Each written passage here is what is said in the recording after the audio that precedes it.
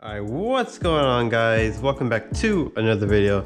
Today's video, I'm going straight to the GoPro, no introduction or anything like that. And as you can tell from the title, we will be installing valve springs. These are upgraded beehive springs for my new set of cams, which I'll show you guys a little bit later. And of course, you gotta go with some performance valves. So these are some Manleys, and they are stainless steel. So basically, I'm gonna show you guys how to install valves, the springs and the retainers and the keeper in this video. So I had these heads taken to a machine shop where they were pocket ported and resurfaced, and I also got valve stem steels already installed. So these are new. I highly recommend changing them if you're doing something like this. Don't just do those parts, also do the stem seals since you're here. And they're, not too expensive, and they're actually pretty easy to install. The machine shop did it for me for free, so I said, go ahead. But other than that, to change the steels, all you gotta do is basically you can get channel locks or pliers, you pull them out, the new one, you just tap it in. It's super easy. Pretty sure this video's out there. Cool. So now on to the valves. I already went ahead and did the exhaust side. Now I will be showing you guys the intake side. The install is exactly the same for either valve. Only thing different, which is really easy to tell, is that the exhaust valve is a lot smaller than the intake valves. There's no way you can mix them up. If you do, that's pretty impressive. But yeah, let's go ahead and get started. So before you're putting in valves, you do not want to put them in dry. So I do have engine assembly lube. I will be applying it on the valve and installing it in before I install it. Yeah, something like that. All right, so let's go ahead and open this box. Take out the first valve.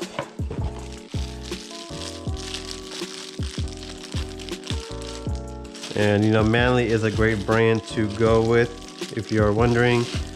And I have the stock valve right here, just to show you guys the difference. And the intake valve, the new intake valve, is flat compared to this one. So what that is allowing is a lot more piston to valve clearance if you're going for a bigger cam. And stainless steel looks nicer. All right, so let's go ahead and open up the assembly lube. Basically what I'm gonna do is I'm gonna go ahead and just apply some onto the valve, and I'll go ahead and rub it around. And you don't need too much, just make sure this is lubricated. Cool. And then after that is done, we'll go ahead and flip the head over onto the side. And then all you gotta go ahead and do is insert the valve. Just like so. And there you go. And now that the valve is on top, we'll go ahead and grab the spring, and then the retainer just go ahead and sits on the spring. And the spring, it can only go in one way. You cannot put it in the opposite way, and I'll show you guys how to tell in a second. But you go ahead and put it on top, and then now we'll go ahead and grab our tool. And then I went ahead and I have this spring compressor tool. Oh, and I forgot to mention, I do have a video on how to uninstall the valves. So go ahead and check on my channel if you are on that step, but it's very similar to installing, so you probably won't even have to watch this or watch that video. But it comes with 4 bolts, so you go ahead and screw those bolts on.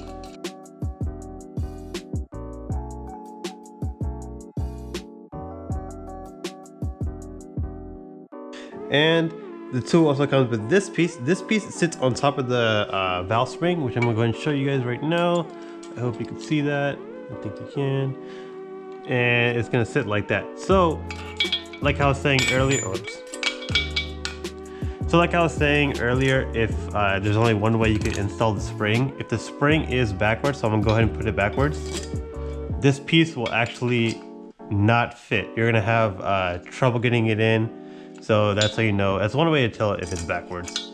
So the tool kit also comes with this bolt. After you have the small piece sitting on top of the valve spring and the retainer, you go ahead and just screw this bolt on from the top, like so. And then you want to go ahead and screw it all the way down. And then after, oh, by the way, I forgot to mention, these bolts right here, I'll need hand tighten them. You don't have to make them that tight. There's not too much tension or play around it, so hand tight is just good enough for those. Then after you get that down by hand, we're going to grab a wrench or an impact. So this bolt is a 14, and then go ahead and put on the impact. If you do not have a impact, a 3/8 ratchet or 1/2 inch or whatever will work just as fine. It's just that impact makes it just a little bit quicker. And on the valve, I'm going to go and show you guys right now on the valve. Right here, there is little grooves. These grooves is where the keeper goes onto. So as I am going to screw this down, it's actually going to compress the spring. And then as it compresses the spring, it'll show you those grooves. So let me go ahead and do it.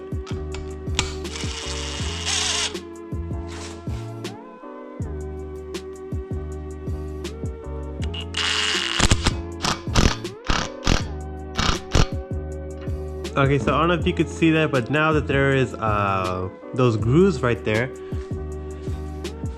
we're gonna go ahead and grab our keepers.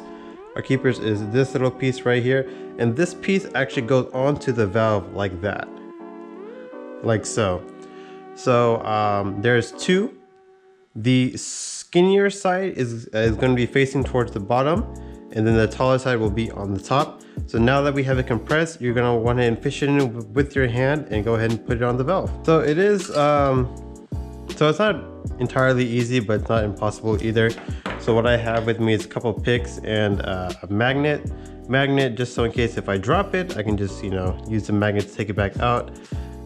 And the picks is just to help me, you know, line it back up better. So this part is going to be really hard for me to show you guys on the camera, but I'm just going to go ahead and do it. And hopefully you guys can get the kind of an idea of how to do it.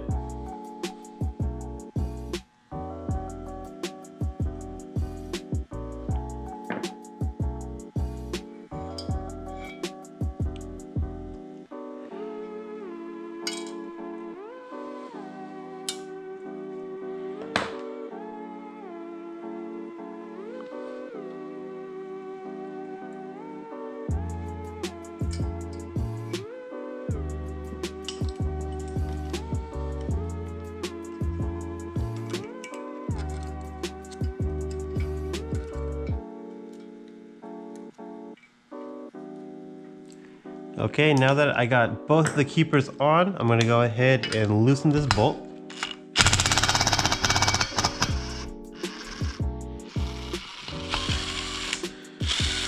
And now that that bolt is loose, okay, so the only reason why I'm taking off the tool is because I just want to show you guys the finished product. Obviously, I would do the next couple ones before removing the tool and putting it on this side to do these two. But that's basically it for the installation. It is pretty simple.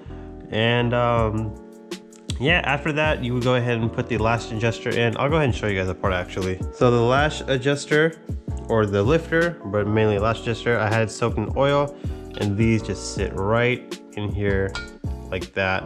And then after you got the lash adjuster in, you go ahead and put the cam roller in like that. And then after that, you've done those next two steps, you go ahead and do it to the rest of them. Put the cam on top and bolt the cam down. And that's basically it for a head rebuild on these. These heads are actually really simple to do the head rebuild. I did everything on my own except for the pocket porting, the valve stems, and the resurface and pocket porting. That's something a machine shop has to do unless you have those tools, which would be amazing. And like I said, valve stems are actually really easy to do, and there's videos out there.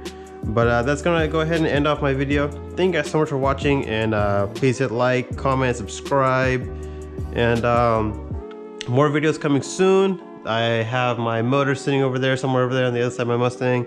I'm painting my valve covers, so I got a video of that, timing cover and valve covers. So yeah, see you guys in the next video.